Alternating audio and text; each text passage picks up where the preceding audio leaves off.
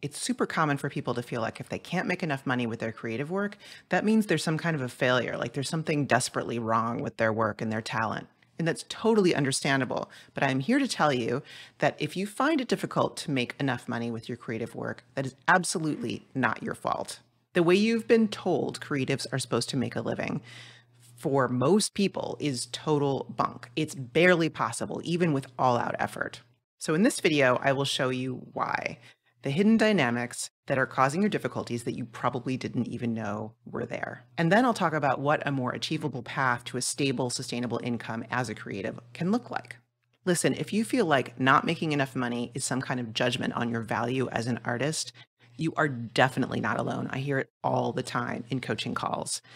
I feel like being able to contribute to my family financially relates to my value in the home, even though nobody else feels that way. I keep asking myself, what's my value in this house? I don't feel like I deserve to spend time making my work because it's not paying the bills. I don't want to depend on my partner. It feels really uncomfortable after a life of striving to be independent, but my work isn't bringing in enough money and I feel like a failure. The vast majority of artists accept the starving artist myth, and I talked about what might go into that in this other video, which I will link here, and it's worse than that. Most artists valorize this state. It seems like the opposite of being a sellout. It looks like purity, art for art's sake, no matter the consequences. Either you're magically born with the secret sauce or the special talent or whatever this magical thing is that it takes in order to become a celebrated and financially successful artist, or you accept your fate that you don't have what it takes, and so in order to stay pure, you simply have to make do with borderline poverty for the rest of your life. Or, let's get real, more likely, you get a job and you have no time for art anyway. But if you reject those two options and take control of your own trajectory, you are a sellout. So to whoever came up with that existential catch-22, a big F you very much. A recap and a reality check. You can't seem to make enough money with your creative work or skills, and so you think you're doomed to failure. But the truth is, you're creative and hardworking, and you've been cobbling together whatever you can find to build a functional machine where making the work equals making the money. You do certain actions, and those actions have results. That's a system. The problem is you were never taught to design a system that will produce the results that you want to get. And the system that you are using to make money with your creative work is broken. But duct taping random tactics to your janky system doesn't make the underlying system any less janky. Instagram Reels, email newsletters, YouTube, optimizing LinkedIn, if your system is not designed to make you enough money, adding a random marketing tactic will not suddenly start making you enough money. By the way, that system you're using, it's called a business model. I know. Business school and art school are sworn enemies. Most artists don't even want to know anything about business. But if you lack crucial information about how you're trying to get paid, you will be making bad decisions, guaranteed. Let's get down to the how of getting paid. A business model is just how a business creates and exchanges value. What do you sell? Products, services, who do you sell it to? How do you sell it? Basically, how do you get paid and what do you need to do to make getting paid happen? If your business model is not bringing in the money you need, you're not inept or incapable. You just need to understand where your business model is breaking down so that you can fix it. Okay, there are two main business model recipes that most artists and freelance creatives choose from. Number one is volume. Sell a lot of something cheap to tons of people. So comic books, t-shirts, a print, an MP3. Number two, high ticket. Sell a few of something expensive to just a few people, like a painting or an expensive service. So if you're wondering, where do I fit into all of that? If you want to figure out how many of your thing you need to sell and how fast to make your numbers, if you want to find out what kind of marketing you need to do, we've got a tool for you called the Income Clarity Calculator that will help you get specific answers to those questions so you can take action. So there's a link in the description. You can click that and get your own calculator and figure out your specific numbers for your situation. Okay, let's look at the volume model. Books, prints, online courses, programs, patterns, anything that is priced up to several $100s requires that you use the volume model to some degree or another because you have to sell a lot of it to make the money work. This is probably the source of a lot of your anxious worries, and not without reason. The go-to answer to "I'm not making enough money with my creative work" is sell more of it. And how do you sell it? With promotion. However, When you promote your work using one of those fancy tactics you keep seeing ads for, you may make a few more sales, but when your profit on any one sale is low, a few sales are very far from being able to close that gap and make enough money. What you need in order to make a true volume model work is what's called traffic marketing. That means you're using relatively shallow content assets like social posts and blog posts and videos and lots of automation. So email funnels, sales pages, countdown timers, and very likely ads, a lot of ads to get a huge number of eyeballs on what you're selling so that a teensy tiny percentage of those people actually take action and buy. This is why it's so hard to make the volume model work, because the work that goes into creating the marketing for a effective, truly high volume traffic funnel is massive. It looks like huge amounts of content creation. So including daily social media, blogs, etc., videos, all this other stuff, following trends and algorithmic changes to various platforms, learning copywriting or hiring expensive copywriters, engaging in the DMs and email with lots of strangers who love your work or hate it and want to connect with you about it. Either hiring help or learning all the tech platforms to connect everything, writing email to your list weekly for sure. And also every few months, sending intense sales campaigns through email, and probably also spending thousands to tens of thousands on ads every month. How much time does it take to run a volume model business? Well, for a person trying to run this business mostly solo, implementing a traffic model means working more than full-time, spending 80% plus of your time on marketing. This kind of model works great for huge corporations because they can pool the small profit margin on hundreds of thousands or millions of individual sales and hire whole departments, agencies to do all this work. And we do see small businesses and creators who've been able to make it work. But ask yourself, what was the context around their success? What do they actually do to make it work? How many people are they paying for help? And luck is also a factor. If you're trying to make the volume model work and it's not working, you need to look at what's missing from your business model. Are you actually doing the high volume marketing that this model requires? So the second sheet of the income clarity calculator will give you hard numbers on how many people you need to get your work in front of in order to hit your numbers. And don't forget, you can get yours by clicking the link in the description.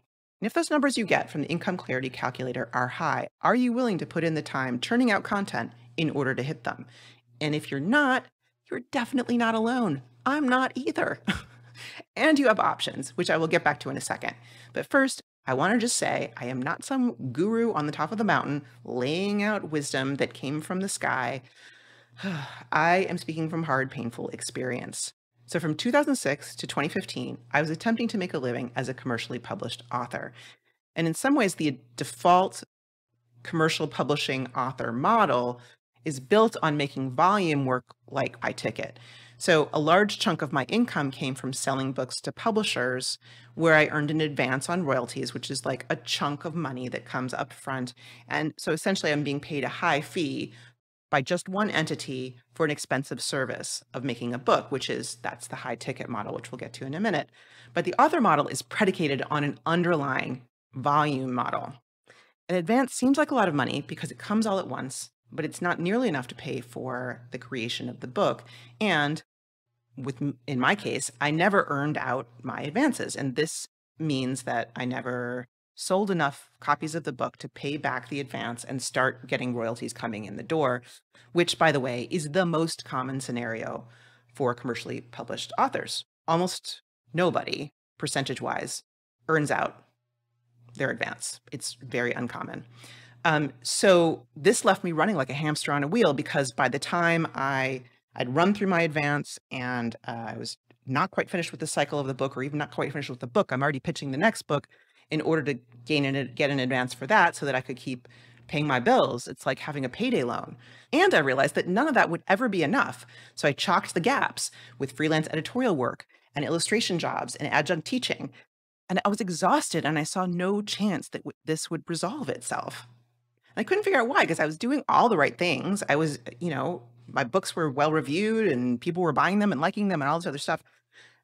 But I couldn't figure out what was going on and what was broken until I did the just simple math to figure out just how vast the gap was between the income I thought somehow would magically appear from my publishing career and the actual number of books I would need to sell to get there.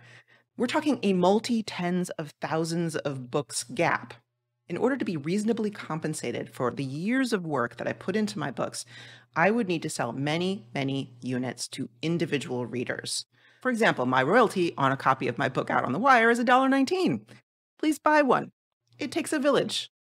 And my books are successful. They're well received, they're well reviewed, they have an impact in the world. I'm very proud of them. But they just don't have a mass audience, and they're not likely to in the future. So, anyone up for some traffic marketing? Before I did this simple math, I felt confused and victimized by my own creative career. I would ruminate darkly on this quote from an old TV show, True Detective, which was, "Be careful what you get good at." And I laughed sardonically at my friend, cartoonist Ronald Wimberly's story of showing up at his very first comics convention with his portfolio under his arm, eager beaver, going up to Evan Dorkin's table and showing it to Evan, and Evan handing him a get out of comics free card, which is very funny, but very freaking dark. After the math, I saw that I simply had a choice. I could either get a lot better at and spend a lot more time on selling my books, or I could choose to do something totally different. And guess which one I chose? Turns out, focusing on a smaller number of higher value sales of objects or services is just so much simpler. So what does a high ticket business model look like for artists, writers, and other creatives? It looks like coaching, so book coaching, art coaching of various kinds, ADHD coaching, career coaching, consulting, so storytelling consulting, branding, production optimization for creators, services, copywriting, podcast production, web design, app design, mural painting, high-end commissions like portraits or fabricated metal objects, high-end products like fine art, craft objects, furniture.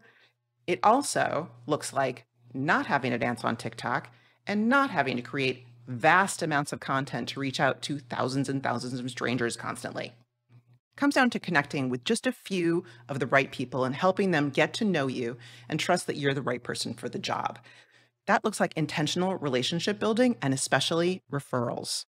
I don't want to overplay the advantages of a high-ticket business model. It still takes hard work and commitment to make it work, and it's still a small business that carries a certain amount of risk with it no matter what. But it is essentially designed for a single person to be able to run successfully in a way that the volume model just is not, no matter what the marketing gurus are trying to sell you this week. None of this means that you need to abandon your creative work. Either the high-ticket model you design could be based on raising prices for something you already do, probably by quite a lot, or you can leverage your creative skills, build something new, and design it so that it leaves ample time for doing the work that you care about most. And I know this is not what a lot of people want to hear. We want to believe the magic. We want to believe that with enough hard work and commitment and sacrifice that somehow we can make the volume model work for us and we can sell whatever it is that we want to be selling and make the financial piece work out. But if you've been at this for a really long time and you're miserable, isn't it better to understand what's actually happening and why? Isn't it maybe time for some real talk and a major pivot? So next time you start feeling like a failure because you're not bringing in enough money with your creative work, remember, it's not your fault that you can't force a broken business model to work. And it's not your fault that you didn't know it was broken. You have what it takes to build something better, a business that is designed to meet your needs. And there's no better time than today to start.